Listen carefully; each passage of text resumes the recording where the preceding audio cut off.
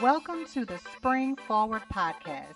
I'm your host, Spring Richardson-Perry, the organizational change agent that is going to help your business achieve the excellence you desire. If you're a business leader looking to take your business to the next level or simply looking for new ways to spring your business forward, then this is the podcast for you. So let's get down to business and spring forward into excellence.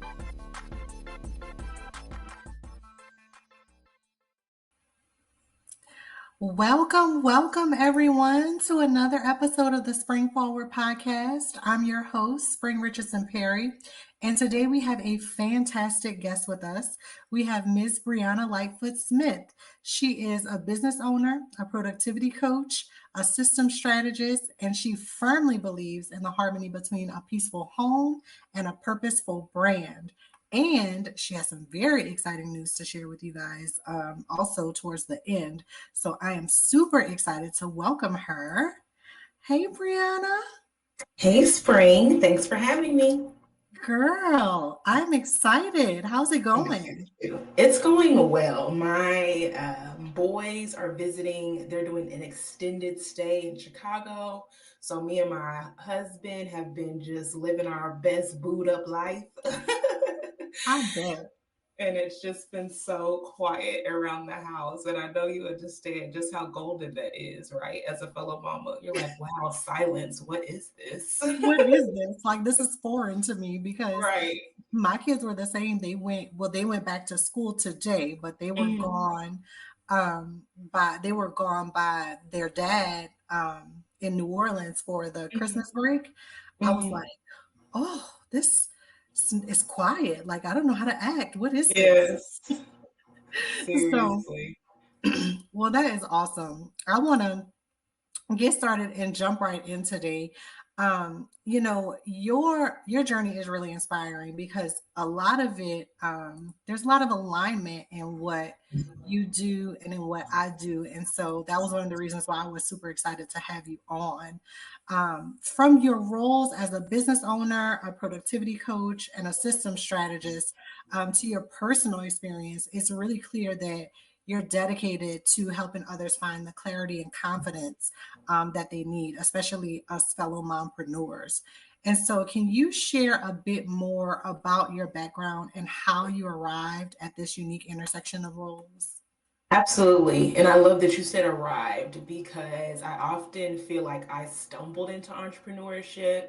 I started my first business straight out of college. So it was one of those, hey, not really sure what I want to do just yet. And I had my aunt approach me and ask if I would consider coming on and helping her nonprofit with like a monthly newsletter and designing their website. And my background is in journalism. So the newsletter part, I was like, definitely.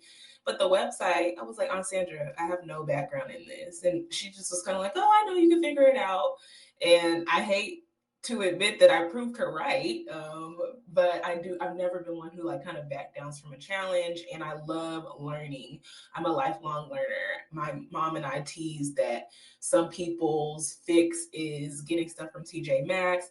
Other people are like travel girlies. I'm the person who's going to be scrolling Black Friday for like course deals and like Udemy subscriptions and Teachable and Masterclass and those kinds of things. So I've always loved learning.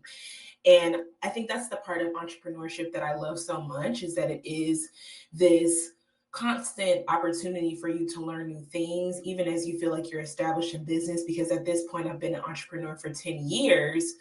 As I add new services to my business, or as I have a client who comes to me and maybe they're in an industry that I haven't worked with before, there's just this constant opportunity for me to learn more. And so even though I've done everything under the umbrella of marketing, from like graphic design and posters, and I've done copywriting, now I'm moving more to like the digital production side of things with podcast production, and even helping clients with social media, which is kind of a full circle moment because that was one of the things that I did when I first began. I think it's just been cool to see just the evolution. And even the productivity and system side came because I am a mom of three, like you said, fellow mompreneur here. And if y'all know, you know, baby, you're not going to be doing anything for too long if you don't have some systems in place.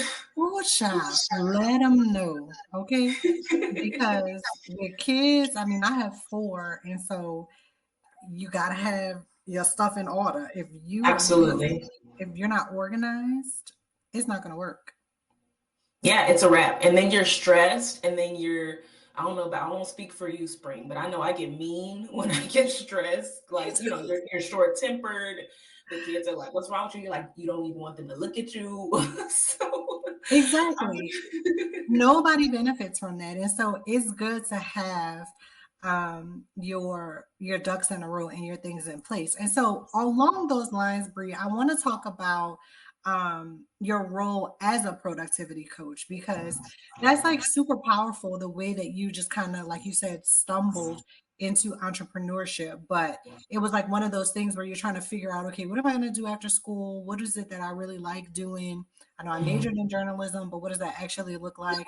And then you were kind of able to use that to create an avenue for yourself. And I really love that. And so talk to us about your role as a productivity coach, because a lot of people struggle with prioritizing.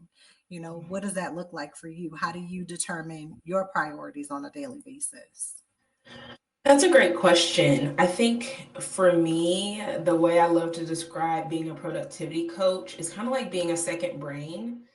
We know we all have 5011 ideas and thoughts that we're trying to organize. And I remember 3 years ago, one of my friends told me, she said, you're a thought organizer. She said, I can come to you and I feel all chaotic, and then we have a conversation and you're like, oh, you just need to put this here and you need to put this here and you don't need to worry about that for like 3 more months, and then you probably need to prioritize this, right? And I really just share my own process. For me, I know again that it's easy to get super overwhelmed, but for something that I've noticed is if I'm just kind of tackling things from a quarterly basis, then breaking that into a monthly basis, and then breaking that down to the week, things are way more feasible for me, right? So I literally, as we're talking, I have a new planner that I got. It's this planner called, it's the Top 3 Notebook. And if any of y'all follow Erin on Demand, she is the one who came up with this Top 3 system. And it's funny because I think some of us have probably heard like, oh yeah, just start with 3 things and that's really helpful. But I love that she breaks even her journal down to show what are the 3 things you're doing for the day. I like to look at what meetings that I've scheduled and notice that I said I have scheduled, because that's another thing that I try to encourage people to be intentional about, is not just allowing other people to dictate what you're going to be doing and when. Obviously, we know being entrepreneurs, we have that kind of flexibility because we're our own bosses for all intents and purposes. But even if you're working in a corporate setting, you can still set specific boundaries around your time. You can let your team know, hey, my brain works best in the morning. And so I really want to set that time aside to work on projects, and we can do meetings in the afternoon. And I don't take meetings on Mondays and I don't take meetings on Fridays, right? And those are just really helpful things. I mean, think about it. Even on Google, it's a calendar invite, meaning that it's an invitation and I can say yes or no to it. So helping people to determine those priorities is really helpful. Yes. Oh my goodness. I love that, because I think that was one of the things that I kind of struggled with at first in entrepreneurship, is like my schedule was chaotic and I just couldn't understand why I had so much to do, but I wasn't getting anything done. And Yeah. so once I figured that out, oh my gosh, like it was life changing, literally. And so that's kind of the next thing that I want to talk about too, is because, finding balance is crucial. And a lot of times we, like I just said, had a hard time with doing that. And so, what do you think keeps most individuals from accomplishing what they want? I think it's not knowing what they want. As simple as that seems, people not knowing what they want keeps them from accomplishing anything. Oh my gosh, Bree, you hit the nail on the head, right? Because that was the other thing for me, like first stepping out into entrepreneurship. It was like I knew I wanted to be in charge of my own schedule. I knew I wanted to um, have time to do things with my kids, but also have that time for work when I needed to do that. But what actually was it that I was going to be working on? What did I want to do? What what did I want to accomplish? And just so y'all know, I am going into year 3 of entrepreneurship, and that question constantly gets refined, constantly. And so No, what absolutely. I think that we don't check in with ourselves enough. We kind of, that's why, you hear the whole hamster wheel, and it's very true because I think even what you just said, we don't even allow ourselves to have that evolution. So when we start with a specific goal, if other factors around that goal change, then all of a sudden we're like, wait, hold on, I don't even know why I got into this to begin with. And then we kind of just move to being reactive to everything instead of proactive. And I think another part of it is an unwillingness to commit, either because we don't see the results as fast as we want to see, or we run into unexpected challenges, right? So I'll give you a perfect example. Last year was the hardest I've ever worked in my business. And I was feeling really frustrated because I'm like, this is the hardest I've ever worked, and this is the slowest business has ever been. And I was getting so frustrated with that. And I remember, y'all, thank God for supportive spouses and ones who will talk you off the ledge, right? Because I told my husband one day, I was like, I'm just about to drive Uber Eats. I was like, I'm just gonna get Uber Eats and he was like, why? And I said, because it's more predictable. Because y'all know, if you're an entrepreneur, it's unpredictable. Even if you have people on retainer, sometimes people's budget changes. Sometimes they have things going on personally that shift the way that they need to move around in business. And he said, I think you need to be a little bit more patient with yourself. And I think you need to open up your mind to these other services that you're like, well, no, that's not what I'm doing, or that's not what people quote unquote know me for. He's like, but you have a wealth of knowledge that you can provide to people. And it's so funny because I signed a new client within like weeks of us having that conversation, and then it was like, okay, I'm back off the edge now. It's fine, everything's fine, right? I got a new office space, like all these things came to play, and I really feel like God was like, girl, I just needed a second. Like, you was in a rush and I'm not in a rush. So I think that that's another piece that can kind of keep people from accomplishing their goals, because we have these timelines in our head. And I know I just talked about the quarterly and the weekly, and that's good and that's fine. But in the same way we have to allow ourselves to evolve, we have to be okay with the evolution of the process and understanding that the goals we set at one point can shift. And sometimes we set something because it sounds really good, but then when we actually start working towards that goal, we think, oh, you know what? I don't even know if I want this. Yep. And that's okay. And I love that you uplifted that too, because sometimes people think, oh, I can't change my mind because now I'm in it, but you can. And honestly, that's what makes for a good business, when you know when to pivot. Mm-hmm. A lot of big name businesses have become antiquated because they refuse to pivot. And I'm going to give a big example of this. Let's talk about Blockbuster, right? Mm-hmm. Blockbuster, for those of you millennials, Gen Xers, and above, y'all know what I'm talking about. Gen Zers, y'all might not be familiar, but Blockbuster was it. Like, just like how y'all say Netflix and chill, we would make it a Blockbuster night. And so, like, that's what it was. And then Netflix came along, and it was this new thing. And Netflix actually tried to merge with Blockbuster, and Blockbuster just wasn't having it. And they refused to pivot into what the upcoming world of movies was, which was streaming. And so they were, Blockbuster and Netflix were going to have a streaming deal where Netflix would provide the streaming service, but it would be under Blockbuster's name, and it just didn't happen.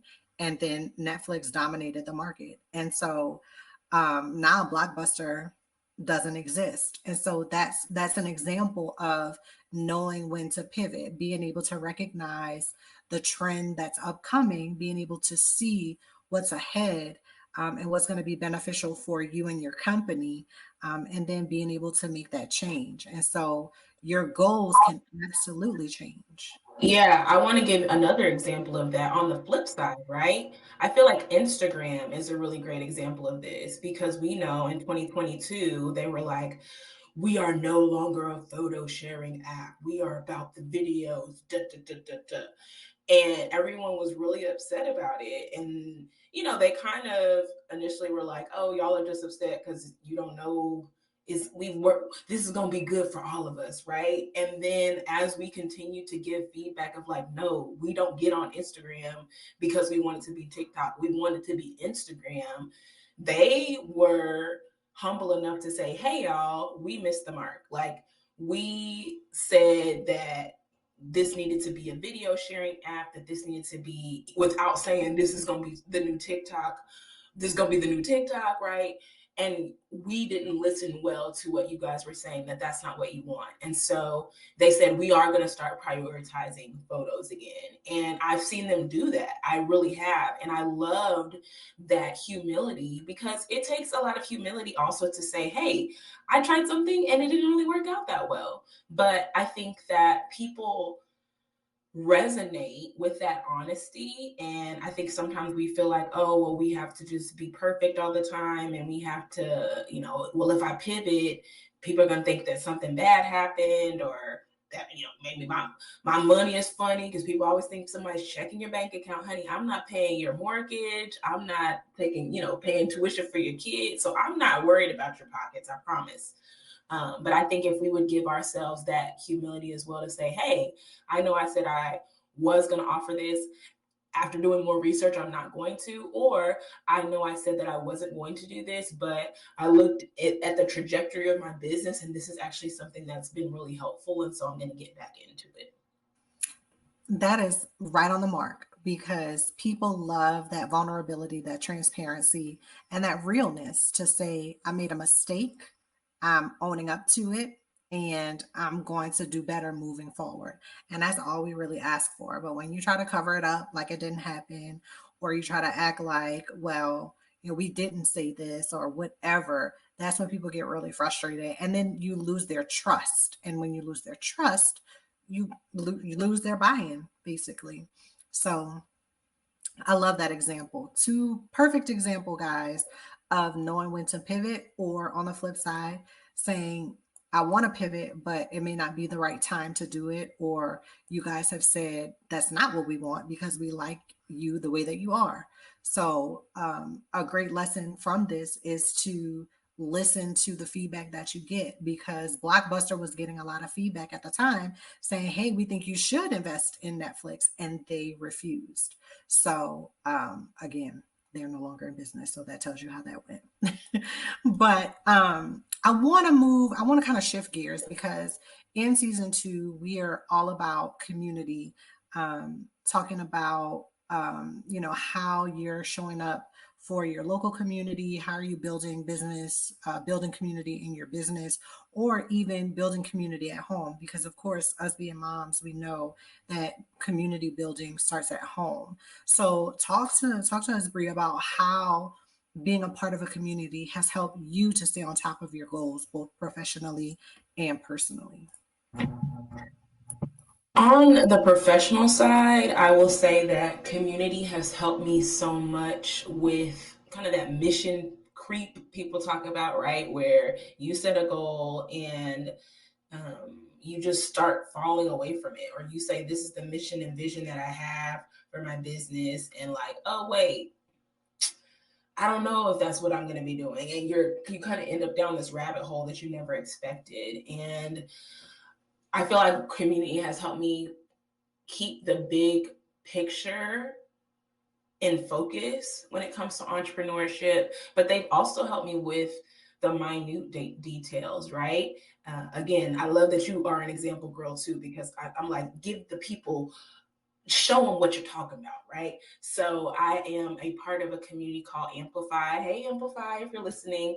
And it's a community of other just really phenomenal women in business. And we have a variety of industries represented, from branding to project management. We have some faith based leaders in there, just all kinds of women. And the thing that I love is that yesterday I had been putting off editing some content for social media. And I just, you know, how you just get busy doing other stuff when you don't want to do what you're not doing, right? And so I put in our Slack channel, I say, y'all, in 45 minutes, I want you to reach out to me and ask me if I have edited these reels. I said, because I should be able to edit 4 in 45 minutes. And I've been dragging my feet. And I know if I know that y'all are going to be checking on me, I'm going to start moving expeditiously, right? And just telling them that this is what I was working on, here's the timeline, and here's what the ultimate objective is, it put the fire under me that I needed. So what I had been dragging on doing all day long took less than the 45 minutes that I gave myself. And then I actually ended up taking the next step and actually scheduling my social media content for the entire week. Like I took the reels, I put them into Instagram, I added my captions, and I was like, see, sometimes you just need that accountability. I think that a lot of us like to set goals in silos, partially because, again, that in a unwillingness to commit, we're like, well, if nobody else knows about this, then nobody else knows about this. But also there's that feeling of like, well, I don't want people to judge what it is that I'm doing, or I don't want people to question it because I'm not even feeling super confident about what I'm doing right now. So if they start poking holes in it, I might not feel confident. There's absolutely a group of people, you just have to find them, where you will feel like you can show up as your full self and not have to like censor yourself, or okay, I'm gonna tell them I'm working on this project, but I can't tell them the full piece because they have a similar business. None of that. And then on the personal side of things, community has helped me through everything from grief, because I had 2 miscarriages in a 6-month period last year. Yeah, I had a miscarriage in October 2022, and then had another one in February of 2023. So community has helped me through grief. They've helped me through burnout. They've helped me through fatigue. I have a wonderful husband who is really just big on me communicating things. And he's always like, I can't help you if you don't tell me how you need help, you know? And y'all know we are good for a side eye, for a silent treatment. We're good for all of that, right? You're so good for that. And I'm laughing because my husband said the same thing. And I just be like, you should just know. Exactly. Like, And my dad told me years ago, he said, do not treat a man like a mind reader. And that takes effort, because I think it even ties with that humility we were talking about with businesses, to say, hey, I maybe took a misstep right here. It takes humility to tell people what you need. One, because like you said, you should already know. We've been together for how long? Come on, like get with the program. But then two, it positions you in a place of vulnerability to admit, hey, I don't have it all figured out. I can't do this by myself. I need you to help me.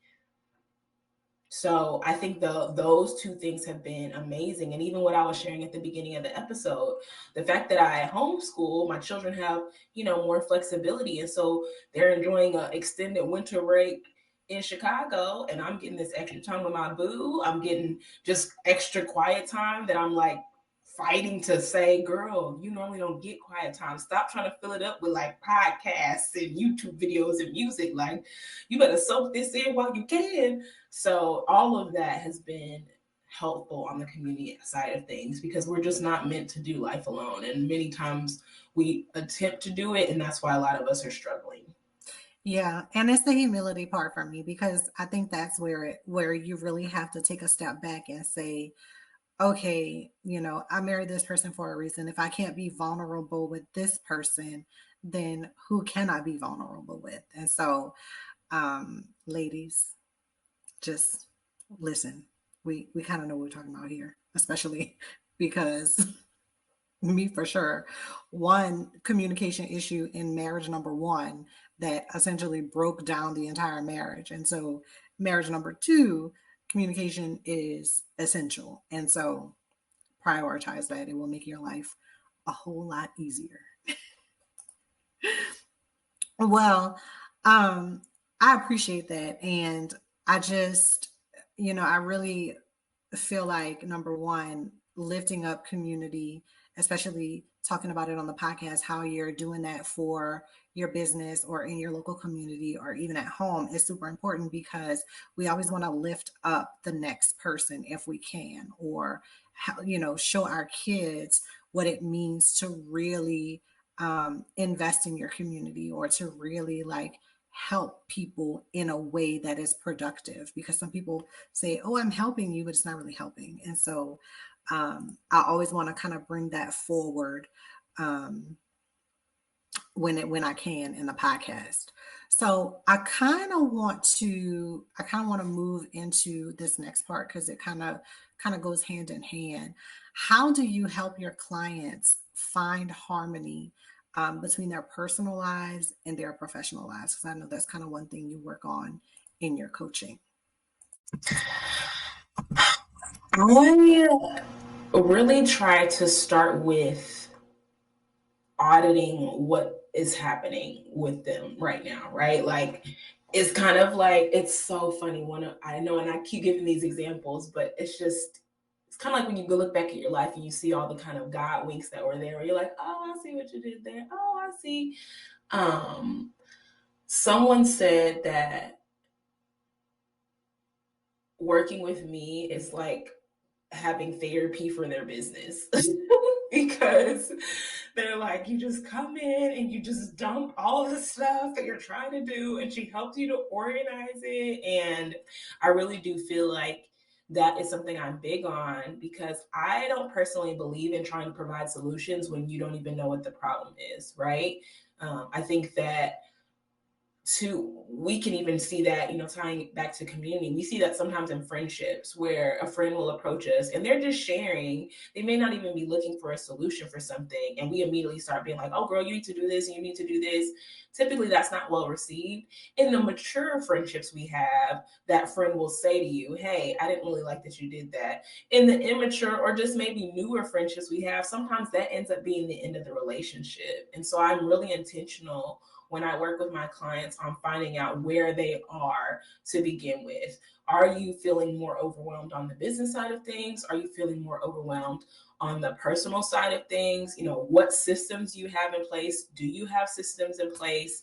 Are you married? Are you a parent? Does the majority of the housework fall on you? Do you have a team? Are you not delegating things, even though you have an administrative assistant, but the only stuff you have her work on or him work on is social media content? Meanwhile, you're drowning under the other responsibilities in your business. I really try to get a full blown assessment of just the different hats that whoever I'm working with is wearing, because when I understand that, then I can typically start to see, oh, this needs to be taken off your plate. This needs to be taken off your plate. This just needs to be removed completely. This you need to start delegating more regularly. You need to get a little bit more organized over here. And so it's kind of a holistic approach to life and wellness. And, it even ties into the Be Light brand, my new company. That was part of the inspiration of the company. Like, it's one inspired by scripture in Matthew that says, come to me all who are weary and heavy laden, and I will give you rest, because take my yoke upon you, because my yoke is easy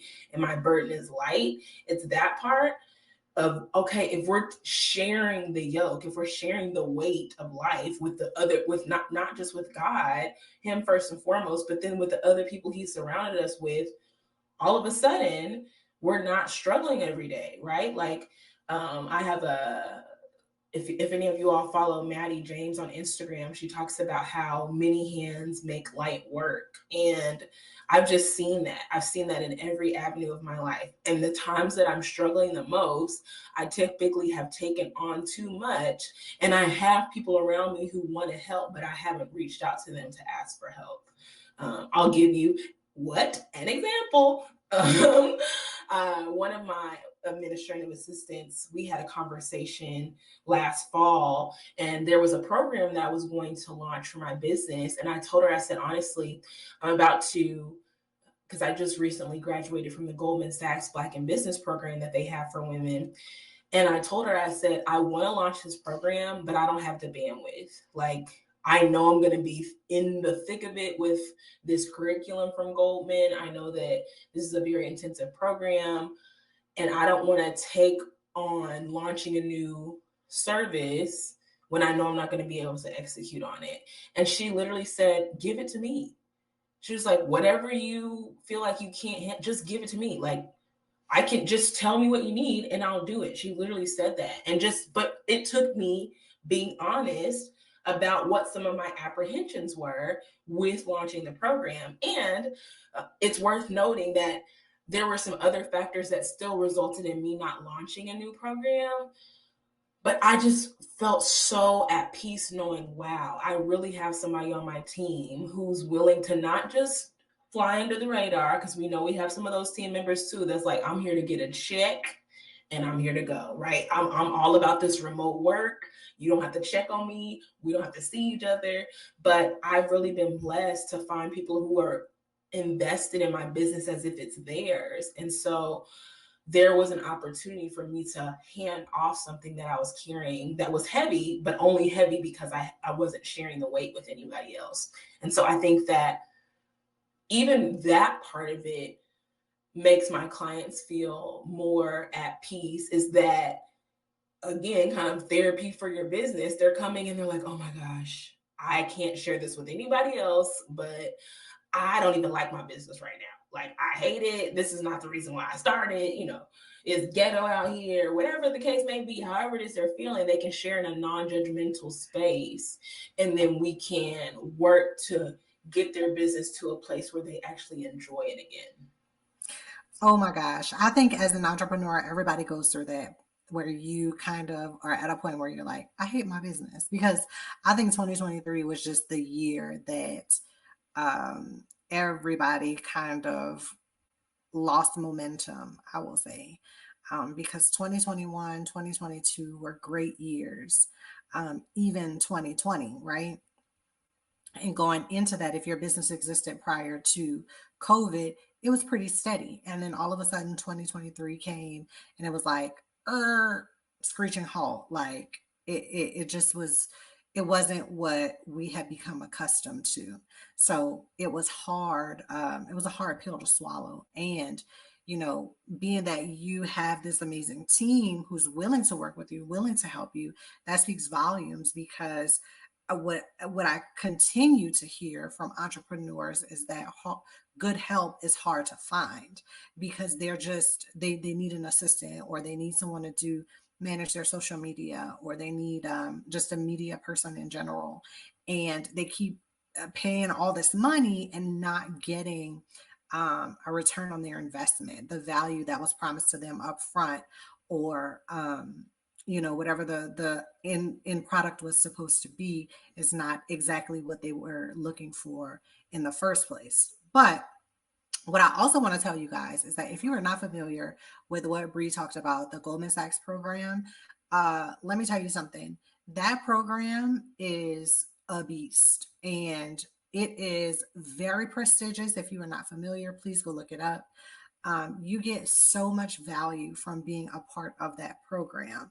I definitely aspire to be a part of that program when I reach eligibility for it. And so, trust me when I tell you, um, when she said she didn't have the bandwidth, that's an understatement when you're going through that program. It's very rigorous, but what you get out of it is amazing.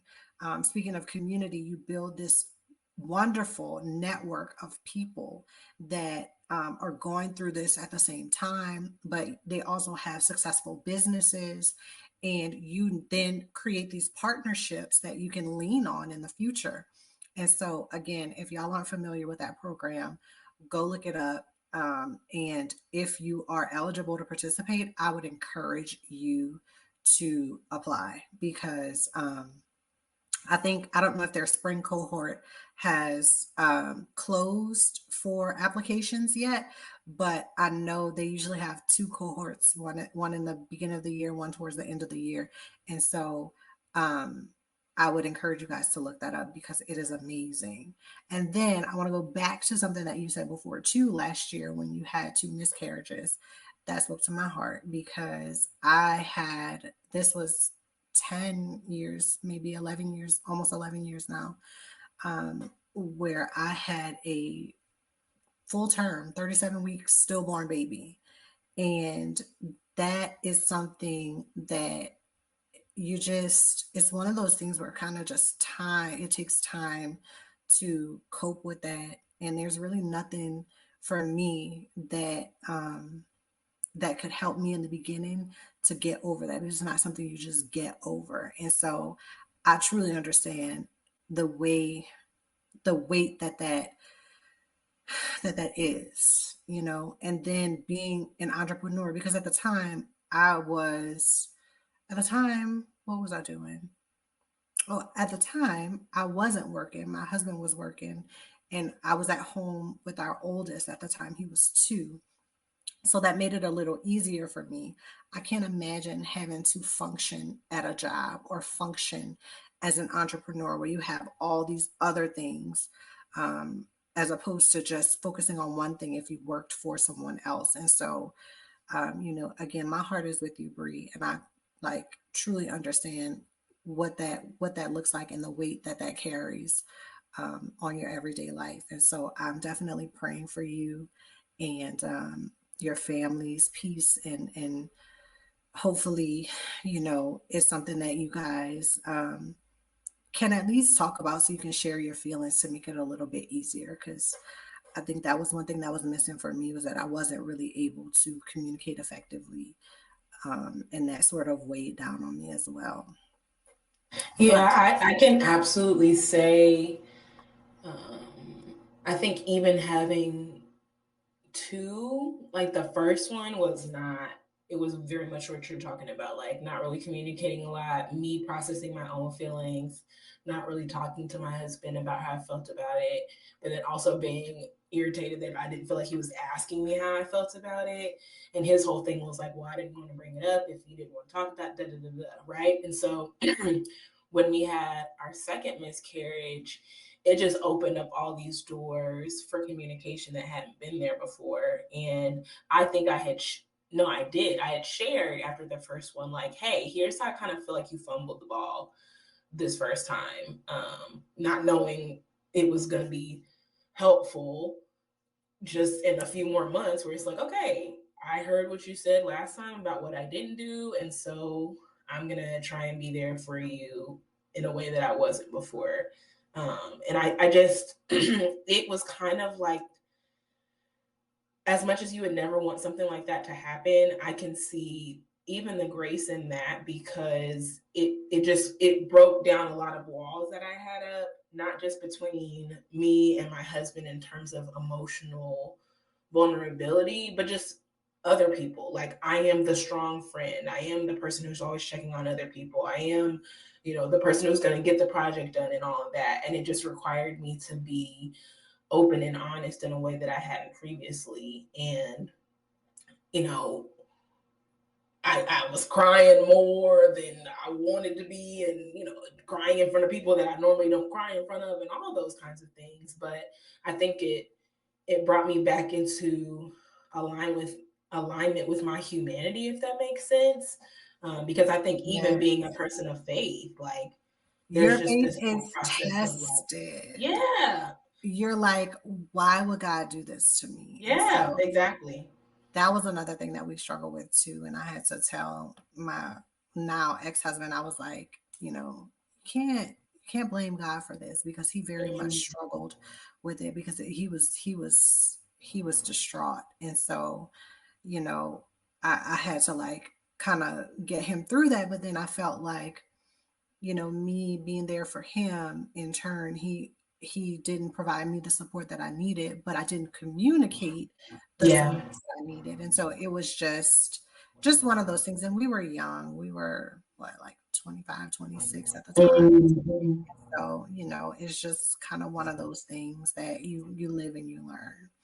But one thing someone said to me, that will stick with me for the rest of my life, is that God was preparing you for what he has prepared for you. And so there are things that you go through in life. And like you said before, you don't understand it at the time that it's happening. But then suddenly one day, it could be years later, and it all makes sense. You're like, oh, that's why that happened. You have that full circle moment. So, Bree, oh my goodness, I have enjoyed talking to you. I so appreciate having you on here today. I want to hear about some of the new things that you have going on, because I know you have some very exciting things that you've been doing. And so, talk to us about that. What do you have new and upcoming? Yes. So I just launched my new podcast. It's called the Be Light Podcast. And the thing that is so wonderful about this, it really kind of ties in with what you were saying, like God preparing you for things before you even know you're being prepared. Gave me the idea for this podcast maybe 2 years ago. Really just gave me the name. He just was like, Be Light. And I was like, anything else? And I was like, nope, that's it. That's what I got.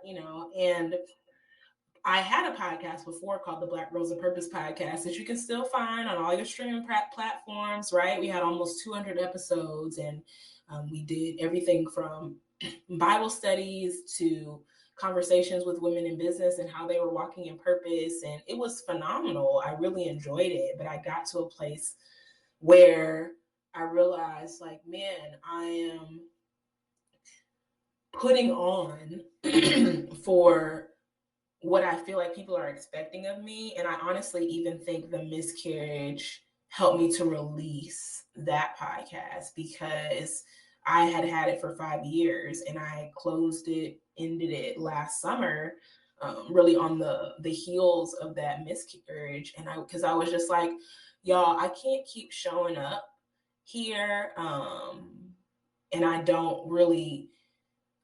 I'm not seeing the value in it anymore, if that makes sense. And that was, again, hard for me to say, because I'm like, you don't see the value in talking about God's word. You don't see the value in sharing women's stories. But it was just kind of like, this is where I've been, but it's not where I'm going. And so the Be Light podcast is where I'm going, and it's where I am. And, I think the thing I love about it is that there's such a wide variety of topics. So some of the episodes that we have for this first season are 3 ways to lighten your load, right? Just talking about sharing the weight of things that we have in life. We talk about how we all have a story and how it's really important to share that story, because one, you never know who's going to resonate with different parts of it. But two, I think we have to be even reminded of like the different experiences that we've had and how we've made it through them. And I think that ties even with entrepreneurship, because we hear people talk about imposter syndrome a lot, but in my personal opinion, if you were to sit down and write your experience, even if it's not directly tied to the business that you want to create, you'd be like, oh girl, you're not new to this. You're true to this. Like, you know what you're doing, right? Another episode, which I think has been my favorite so far, is that it's called Clarity Breeds Confidence, because I think that's something else that I see with my clients. It's not that they're not confident, it's that they're not clear. So because they're not clear, they're just out here doing whatever comes, and then they don't feel good about the kind of work that they're producing or about the kind of business that they're building, because it's like it's out of alignment with them. And so that's another episode I'm really excited about. So that's one of the pieces. And then, as I shared as well, now I have a second brand. Brands by Bree is my coaching and consulting company, where I work specifically with moms and female corporate side hustlers to help them start a business with what? Confidence and clarity. Y'all notice some themes here, right? But then Be Light is really not just a media production agency. That's one side of it, but it really is a full blown branch for that productivity, because I've been kind of just doing that like on the side, behind the scenes. I feel like it's been like, oh, if you ask me, then Yes, I'll tell you, but I'm not just going to come out with it. And so, me taking the step to actually get an LLC established, I was like, okay, girl, we're betting on us. And we're saying that we think that this is going to be able to be a good investment. So that's really exciting. And then I even have some fun travels planned for this first quarter of the year. I just got back from Chicago. I'm planning on going to Houston for a pull up and pitch competition by Black Girl Ventures. And then prayerfully, I'll be in Los Angeles in March for a podcasting conference because I am being more intentional this time around than with my first podcast, where again, it was one of the things I just kind of fell into. And now I'm like, no, this is my objective with my podcast. This is the kind of content I want to create. And these are the systems I'm putting in place so that I can continue to keep this thing going. I love it. I need to see what this podcast conference is because I might need to attend that. And let me tell you, when you're in Houston, hit your girl up. I'm like 2 hours away. I'm right here on the coastal bend, Texas. So we're like 2.5 hours away from, well, depends on what part of Houston you're going in because some parts of Houston we're like 3 or 4 hours away from because because Houston is huge. And the traffic is ridiculous. Yes. And so, yes. But anyways, hit your girl up because I'm around. And if I can make it up there to come and meet with you, y'all know I love meeting people in person and hanging out and just continuing to build those relationships and connecting and networking. Yeah, I would love that. That would be awesome, right? But I am so excited and thankful to have you on, Bree, today. Thank you so much for joining us. If people want to get in touch with you or connect with you, how do they do that? The best place, kind of my catch-all, is BreannaLightfootSmith.com. So that's my name, BRIEANNA, Lightfoot, LIGHTFOOT. I know it's long, y'all. Smith, SMITH.com. And you can take an energy audit assessment. So that's going to help you to kind of gauge like what is on your to-do list, what doesn't need to be there, what needs to be delegated. And then on that website, you'll also be able to get access to my social media pages. Awesome. So there you have it, guys. Again, Bree, thank you so much for joining us. Guys, thank you for tuning in today. And I hope some of this information will help you spring forward into excellence. And until next time, guys, bye-bye. Bye, y'all. Thanks for listening to the Spring Forward podcast. I hope you were able to capture some of the gems that were dropped and are excited to start using the information to help your business spring forward into excellence. I would love to hear some of your biggest takeaways from this episode, so connect with me on LinkedIn or Facebook, or tag me on Instagram at springy_springtime. And don't forget to subscribe to the show so you don't miss an episode.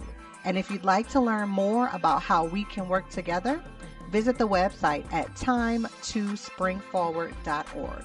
That's TIMETOSPRINGFORWARD.org. And until next time on the Spring Forward podcast.